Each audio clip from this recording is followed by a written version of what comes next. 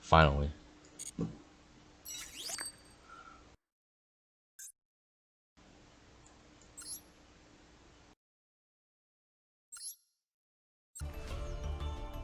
So this is the deck I used to hit Diamond 1 last season, and it's still 100% legal for this upcoming season.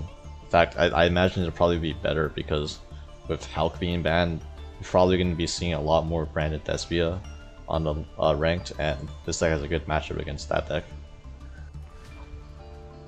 So, and I had a lot of fun playing this deck.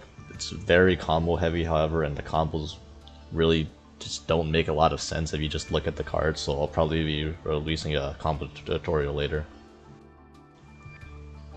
So we have one Killer Needle, the vanilla for Goki Bowl that we choose to play. Triple Effect Veiler. We prefer this over Imperm because this decks are just Max C, and we want to draw into live cards we can use off Max C, and Imperm usually you cannot because you have control cards on the field. Triple Pin the Bullseye. It's just a insect extender. Don't forget to burn for 200. It's very important. Triple Maxi. Triple Sting the Poison. This is one of the starters for the deck. If this card is normal summon, you add a Battle Wasp to your hand. So either this as an extender, or we add this as a follow-up that also revives another Battle Wasp. Also, while it's on the field, you can tribute another insect monster to target a monster your opponent controls and negate their effects. Triple Ash Blossom staple. So we're running. I decided to run 2 Goki Pulls. What a lot of people do instead of running the second Goki Pull is they run Assault Roller. This is a second search target for Goki Pull that you add off it when you Goki Pulls into the grave. I chose the second Goki Pull because it's okay as a starter. It's okay to draw. You know, this is oftentimes this doesn't do anything as a starter. You need to be able to play first, and you should run at least either the second Goki Pull or the Assault Roller at least, because you're gonna need to put one back with Sting Lancer, and if you don't run one of those two, you can't trigger Goki Pull again to search Killer Needle or Assault Roller.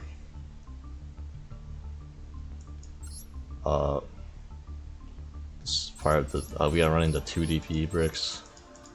Scale Bomber. This is another extender. It also is basically it's like an ogre from monster effects. You contribute insect monster when your opponent activates an effect to destroy it, and so there's an interaction with this and Retaliating Sea where you can, if you summon Retaliating Sea on your opponent's turn, you can also summon this if you happen to have both in your hand. You know, a very bad Imperm Faker.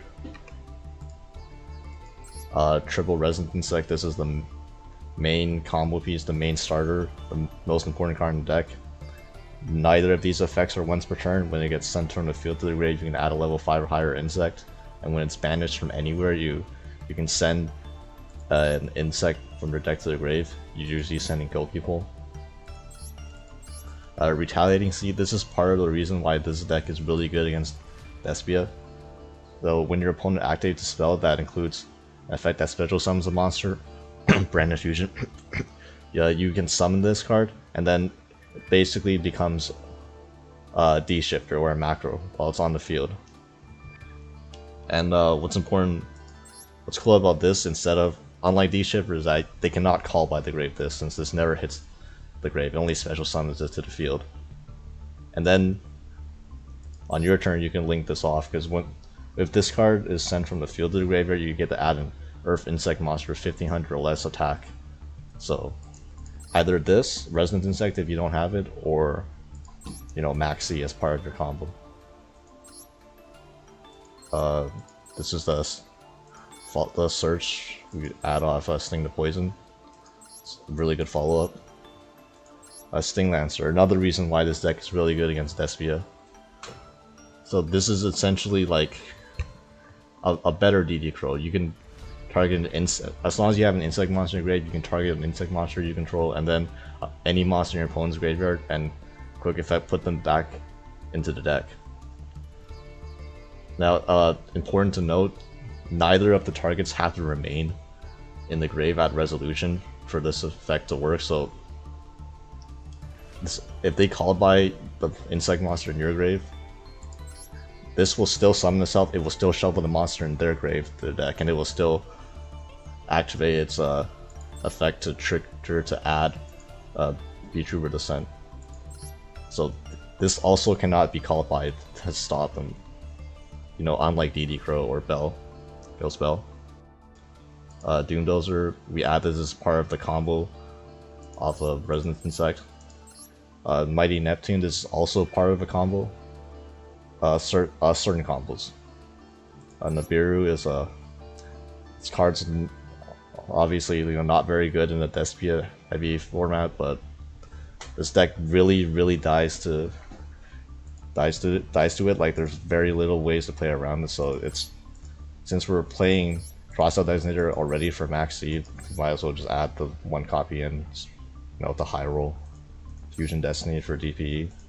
BEETROOPER Descent, this is what we, when this is special summon, it can add a BEETROOPER Spawn Trap, and this is the thing it's gonna add. It's just a special summon insect token, really, a free extender, double called by, crossout, just max D kills this deck, and Infirm. Infirm's a pretty good card anyway, so it's not. So it's not like the Nibiru where we only run it for crossout. It's good if we draw it too. Onto the extra deck, DP, Link Spider, because Killer Needle and BEETROOPER Descent. For the BEETROOPER Descent token and Killer Needle sometimes. Almirage, Resonance Insect, and Gilky Pole both have 1000 attacks, so you can just make them into Almirage if you need to search or dump something. Pico Felena is part of like the combo you'll see later. Nightmare Phoenix, it's a good generic Link 2 that you can make off the Nair during your follow-up, and you can also discard cards such as discarding Gilky Pole to start your combos, and it chain blocks your searches from Ash. Verte for the DP. Double Armor Horn. This is a very important combo piece. It locks you into insect monsters, and once per turn you can normal summon an additional insect monster from your hand, and you can banish 3 insect monsters from grave to special summon it. So, and the second part is really important because it can also trigger your Resonance Insect. Important thing to note is that the effect that the part of the text that locks you into insects is an effect. So if they like Infirm or Veiler this, you are no longer locked into insects while that Armor Horn is on the field. So you can, you know, make a Verte with Armor Horn that is a Veilered Armor Horn. Unicorn, just to help make a big access code. Seraphim Pavilion, this is very important because this is the main way you get out of an insect locked with Armor Horn, and just making this. It also is part of your end board. So when you link summon, you get a counter for each insect monster used as link material. And as a quick effect, you can remove the counter to special summon a level 4 or lower insect monster from your grave, which is, most of the time, we want to be reviving this because this acts as a search and provides a monster negate. Appaloosa, it's good. It doesn't come up too often. It's never part of your turn 1 combo, but if you have hands with lots of extenders, you can make this. Access code's probably the most important card in the extra deck, unironically. Giant BEETROOPER Invincible Alice. This card's kind of a bait It is. I know its effect is it's a towers and they can't try to destroy it, but like 3k attack for towers is so low and so easy to get over. Like, and we're not running. Like we're not running the counter trap, because the counter trap only really works if you end on this, and like otherwise it's not very good. And this is not like a very strong card this format to end on. So most of the time we're actually, when we summon this, we're using it as part of our combo for this effect. The tribute itself, we will tribute itself the special summon the BEETROOPER from our deck. That way it gets us an extender or two, and it gets us out of insect blocks.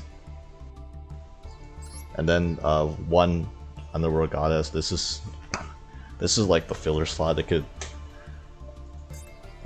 you could use any of these four that I've shown here.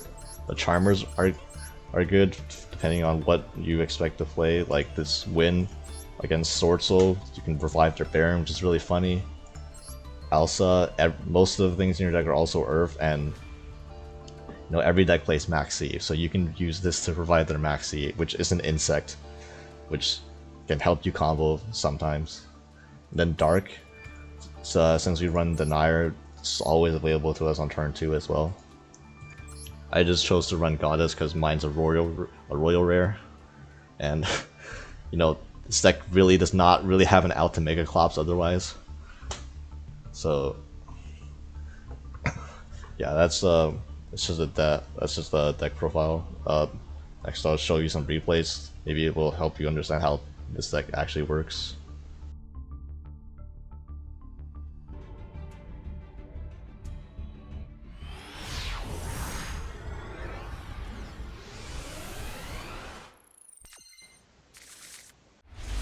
So we got our first replay against opponent playing Brand DESPIA. They're going first, summon Alibur, add Brand Infusion, activate Brand Infusion. We have the Max C, so we get to draw 2 cards from this. Rebellion, discard Tragedy, add Adlib, make Mirror Jade, then banish Alibur, send Albion, and set a Brandon in red. Fortunately, we drew a Called by Engrave for Brandon red, so we get to at least attempt to play this game. So we do have double Sting the Poison in hand. However, I elect to normal summon Resonance Insect to play around a possible Imperm set, because if we summon Sting and this gets Imperm, we just pass our turn and on nothing and probably die. So by normal summoning Resonance Insect, Imperm doesn't affect us. Maxi does affect us. Fortunately, we have a Ash. We're gonna Brand red target their Tragedy, and we're gonna Call by their Brand red target.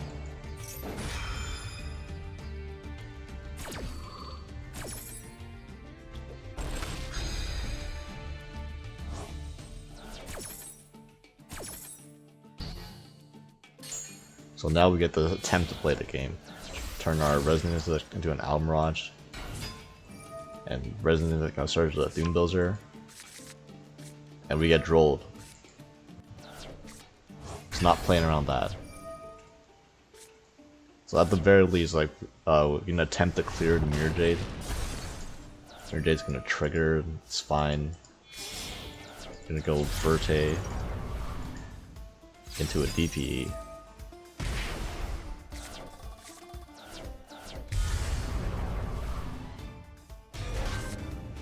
And to get super polyed. Sick. Because we just both drew pretty insane non-engine cards. Opponent's gonna forget that Caldwell is a fair and balanced card and negates for 2 turns and not 1. Take 27. We top deck Maxi. We're gonna dasher that out because Maxi is an insect monster. So we normal summon Sting the Poison. Our opponent's not gonna negate it. It's just a pretty big mistakes, and you'll see they have no other way to really Draco's Depelias later. So we're gonna summon the pin and burn for 200. Next we're gonna use pin and maxi to make an armor horn. Use armor horn effect, and this is where they realize that they really do not have a target for Draco's Depelia, because they're gonna use it and target sting the poison, because if they target armor horn, we can just sack it with sting to dodge the Draco's Depelia.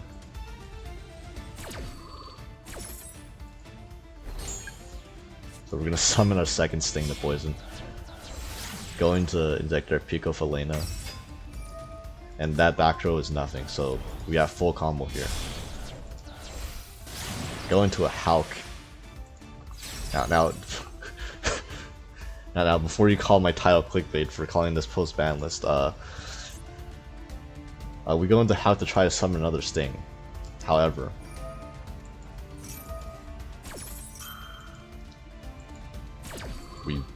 as you can see, we do not summon a sting. We summon a Veiler because we're out of sting the poisons in deck. So this Hulk really just didn't accomplish anything whatsoever.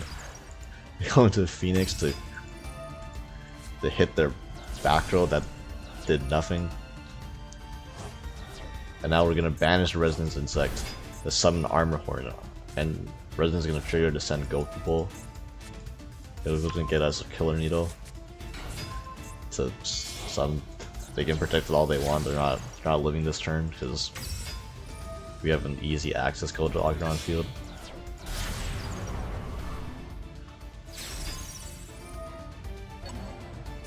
And then Sting Lancer is gonna seal the game for us.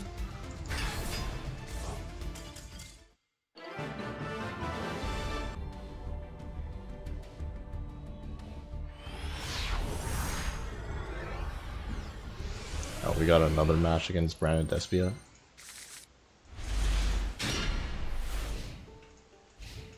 And we're gonna patchwork for Poly and Edge Imp. We did draw a pretty okay hand against Despia. Gonna Ash the Brand Fusion. And they're gonna Poly, we're gonna maxi, so they're gonna stick with just having a Masquerade and one set. Now this really shows like the power of like how much extension this deck has. Because you'll see, we normal summon Go People, summon Pin, turn these two into an Armor Horn. Then Go People is gonna trigger the add Killer Needle and special it to pop the Masquerade. They're just gonna let it go. They're gonna activate Alibur, and this is a misplay. Why chain BEETROOPERS Sting Lancer to the Alibur effect when, you know, it really doesn't matter because I can just link off the Armor Horn and resummon it so that the Alibur negate doesn't really matter. However, I preemptively do the Sting Lancer, and you're gonna see we get punished by a hard drawn Branded in red.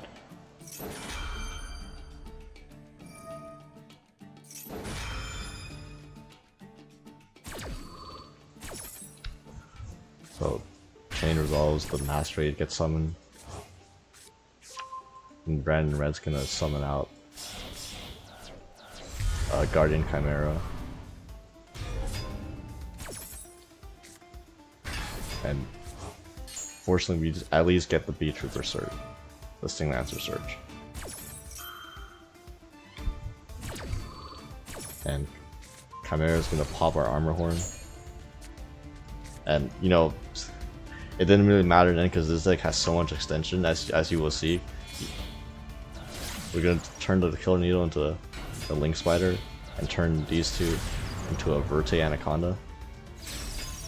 And then the Armor Horn that he just popped, we're gonna resummon it again. And then we're still gonna get as effect the normal summon Arbalest Rapid Fire, which will revive a pin the missile, or pin the bullseye for us. Turn Pin and Armor Horn into Seraphim Papillion, and turn Papillion and Arbalest into an access code. And then Verte is going to make our DPE, and this is well over game. Even after messing up and playing into stuff that I really shouldn't have, there's still enough to game an opponent through a Branded Red and a Branded Opening Engrave.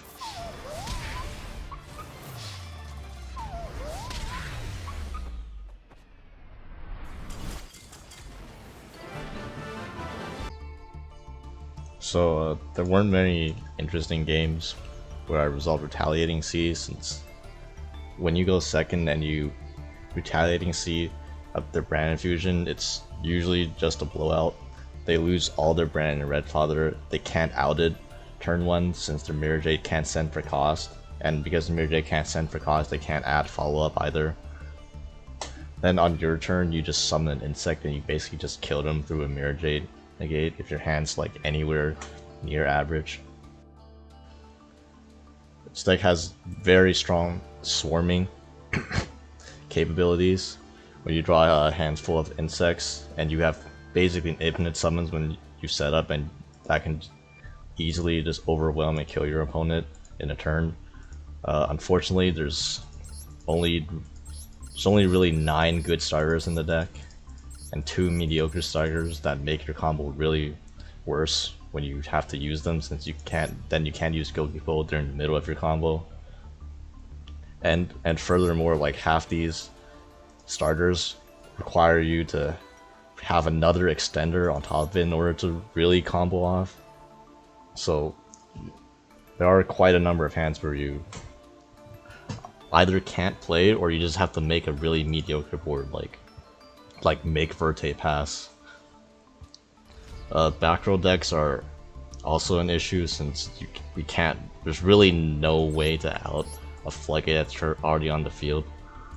Like, you can make an Invincible Atlas and then activate BEETROOPER Descent, but like, good luck getting to this while under a Floodgate, or good luck hard drawing this with this. Yeah, so thankfully, you know, since the Newborn Dragon selection pack came out, I've been seeing a lot less back row decks relatively, like especially a lot less Eldritch and a lot less Floodgates, just a bunch of Despia and Sword Soul and Adventure variants, which even the Adventure variants are dying down since the Water Intentions limitation. So if you want to try out this deck, it's really cheap. The only URs you need are 2 Sting Lancer and an Invincible Atlas. You still have like a week to roll from the pack. Everything else, every other UR is a staple hand trap or like a generic extra deck card. The combo of it's coming soon. I know the replays don't do a too comprehensive a drop to show how the deck really plays, so keep a lookout for that.